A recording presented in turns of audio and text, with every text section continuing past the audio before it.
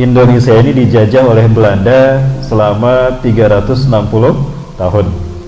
Walaupun saya agak ragu sebetulnya. Belakangan saya ragu Bapak Ibu. Betulkah kita dijajah 350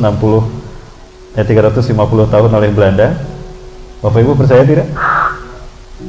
Begini Bapak Ibu, dalam sebuah teori kolonialisme dan imperialisme, dalam pandangan saya yang bodoh, maka jika 3,5 abad satu bangsa menjajah bangsa yang lain, maka pengaruh atau hegemoni dari penjajah tadi pasti melekat kepada bangsa yang dijajah, baik budayanya, bahasanya, ataupun ideologi. Artinya ada jejak-jejak historis dari mereka yang menjajah selama 350 tahun. Harusnya demikian. Artinya dalam sudut pandang sosiologis, sosial budaya, harusnya bangsa Indonesia ini banyak yang terpengaruh oleh budaya Belanda. Artinya buat budaya Belanda tetap ada eksis di Indonesia sampai hari ini. Coba lihat negara-negara yang dulu dijajah Inggris. Ya. Bukti-bukti empiris dari penjajahan Inggris sampai sekarang masih ada. Ya. Dari sisi sosial budaya. Dan yang terpenting juga adalah dari sisi ideologi. Bapak Ibu, Belanda ketika menjajah Indonesia, agamanya apa? Setahu saya Protestan ya. Nah harusnya Indonesia mayoritas Protestan. Buktinya sampai hari ini, atau sejak mereka menjajah sampai hari ini, berapa persen masyarakat Indonesia yang beragama Protestan? Ternyata tetap yang mayoritas itu adalah Islam. Maka saya bertanya-tanya, betulkah kita dijajah Belanda 350 tahun? Ya di sini sebutkan konon kita dijajah Belanda sejak 1602 sampai 1945. Dalam rentang ini kan ada masa kejayaan Turki Utsmani sampai ke wilayah Nusantara. Artinya sejarah semacam ini menghapus jejak khilafah di Nusantara. Buktinya sampai sekarang banyak peninggalan-peninggalan di seluruh wilayah Indonesia dari Sabang sampai Merauke, di mana peninggalan itu mengindikasikan kuatnya pengaruh Islam di Indonesia. Jadi betulkah kita dijajah 350 tahun? Lalu kemana pengaruh Turki Utsmani? Ya. Orang sekalian, kemudian kita lihat dari sisi geografis. Ini fakta empiris kalau ternyata pengaruh khilafah lebih kuat ketimbang pengaruh penjajah Belanda. Kita tahu Indonesia terdiri negara kepulauan dan setiap pulau punya nama. Pulau terbesar ada pulau terbesar sebelah barat namanya Sumatera. Sumatera itu bahasa Arab, bukan bahasa Belanda. Dari kata asy-syamatirah, artinya mahkota. Loh, tuh kan yang berpengaruh Islam, Arab, bukan Belanda. Pulau Jawa juga bahasa Arab sebetulnya. Suatu tempat yang tinggi, perbukitan, pegunungan yang tinggi. Ya, lingkungannya, milieunya disebut Al-Jawu.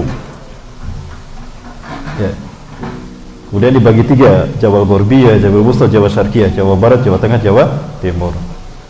Ya, kemudian ada Makassar. Makassar itu bahasa Arab sebetulnya. Tempat yang terpecah-pecah. Ya, kemudian ada Maluku, dulu namanya Jaziratul Muluk. Negeri para raja-raja Islam, para raja-raja Islam, khilafah Islam, sultan-sultannya banyak yang tinggal di Maluku. Karena jazirah itu indah sekali, maka dinamakan Jaziratul Muluk. Datang Portugis, diganti namanya menjadi Maluku. Papua Nugini dulu namanya Biladun Nurul Islami. Saya pernah membaca satu artikel seperti itu. Ternyata banyak ulama-ulama besar dari Irian Jaya, dari Papua. Dan dulu namanya Biladun Nurul Islami. Datang Belanda Portugis menjajah Indonesia, diganti namanya menjadi Papua Nugini, Bapak Ibu sekalian. Nah, jadi banyak jejak khilafah yang kemudian dihapus oleh mereka yang menjajah tanah air kita.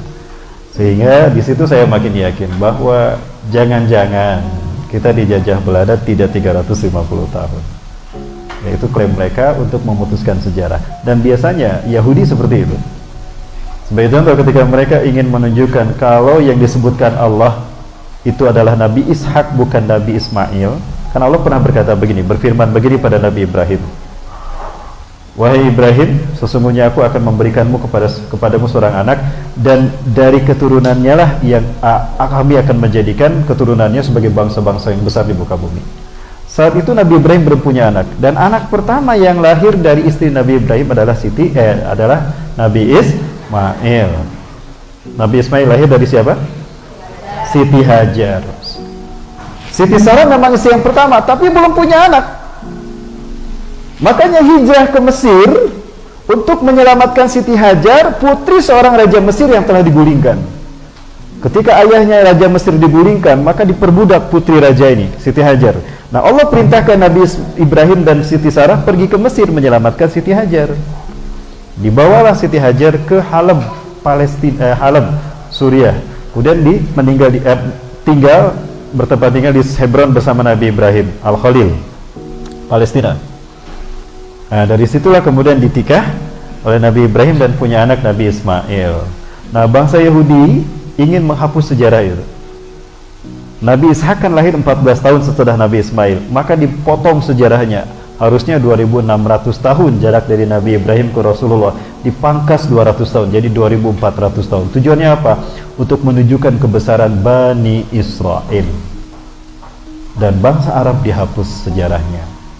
Padahal Mekah dan Jazirah Arab besar itu karena keturunan Nabi Ismail, bukan karena keturunan Nabi Ishak. Begitulah cara-cara mereka. Gelagatnya sama ketika mereka menjajah Indonesia. Dan ketika Belanda hengkang dari Indonesia, apakah jejaknya hilang begitu saja? Tidak. Ada dua bagian dari jejak Belanda yang masih bertahan di tanah air kita sampai hari ini. Apa itu, Bapak sekalian? Ketika VOC hengkang, ada jejaknya yang masih bertahan di Indonesia. Satu, Freemasonry. Freemasonry itu bahasa Belanda, bahasa Inggrisnya Freemasonry. Yang kantornya, gedung besar yang markas mereka ada di Pulau Jawa, Pekalongan.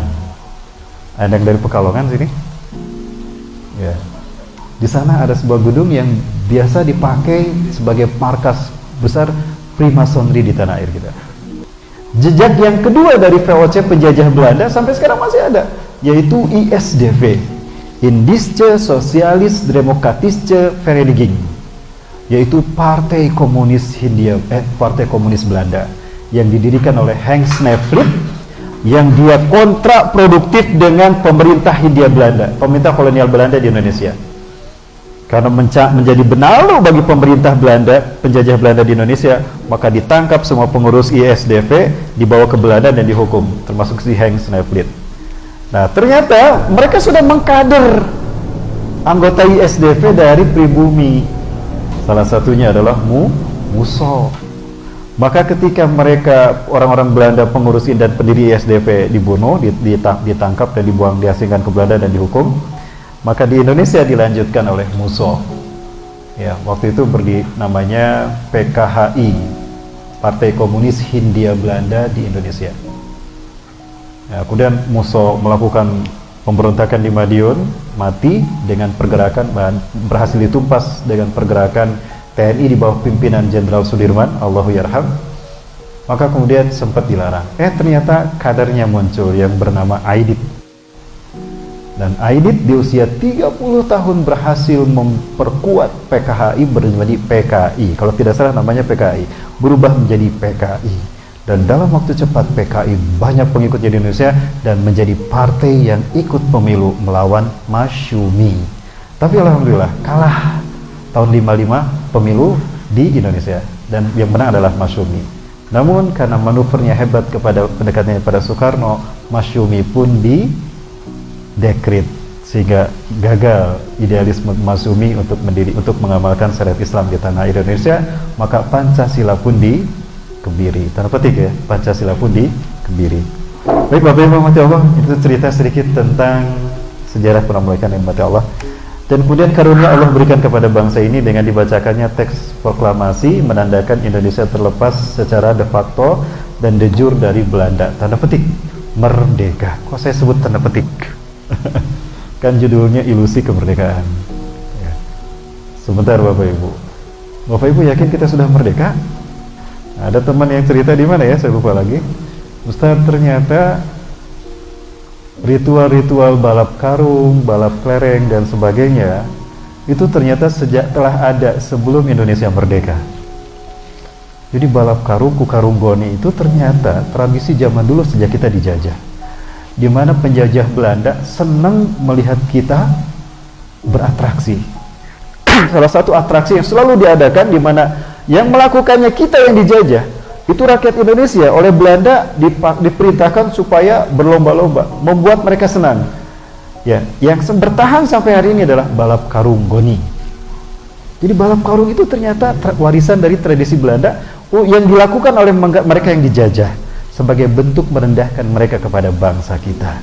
Ayeuna aya keneh balap karung. Katanya sudah merdeka, tapi cara Belanda mempermalukan kita masih dilakukan. Oh, jadi kumaha masih merdeka Bapak Ibu? Sudah merdeka. Baik. Bapak Ibu dimati Allah, dan ketika pun proklamasi ini dibacakan, saya bertanya Bapak Ibu, adakah pengakuan langsung kemudian disambut kemerdekaan Indonesia dari bangsa-bangsa barat? Tidak. Justru yang mengakui kemerdekaan kita pertama kali adalah bangsa Arab, satu Palestina. Orang yang pertama kali mengucapkan selamat atas kemerdekaan kita adalah Palestina. Bahkan Palestina sudah mengatakan sejak 1944 kalau Indonesia sudah merdeka. Sejak 1944. Kemudian dukungan mereka begitu besar kepada bangsa Indonesia. Sampai ada seorang konglomerat Palestina yang dia mengosongkan semua uangnya, rekeningnya di bank, dan semua itu diberikan pada para pejuang tanah air kita melalui Muhammad Nasir, Perdana Menteri Indonesia saat itu. Ini dana dari saya, tolong gunakan untuk membiayai kemerdekaan kalian. Bayangkan. Kita punya hutang budi kepada Palestina yang sampai hari ini belum merdeka. Dari 28 negara anggota Konferensi Asia Afrika tahun 55, cuma Palestina yang belum merdeka sampai hari ini, karena masih dijajah. Tapi di mata kami, Palestina adalah negara yang sudah merdeka. Hanya ada negara yang benalu yang menjajahnya. Ya, tapi sebetulnya sudah merdeka, karena kita berhak untuk menegakkan Islam di Palestina. Betul? Pertanyaan saya kemudian, apakah dengan dibacakannya teks proklamasi ini lantas Belanda hengkang sepenuhnya dari Indonesia? Tidak, Bapak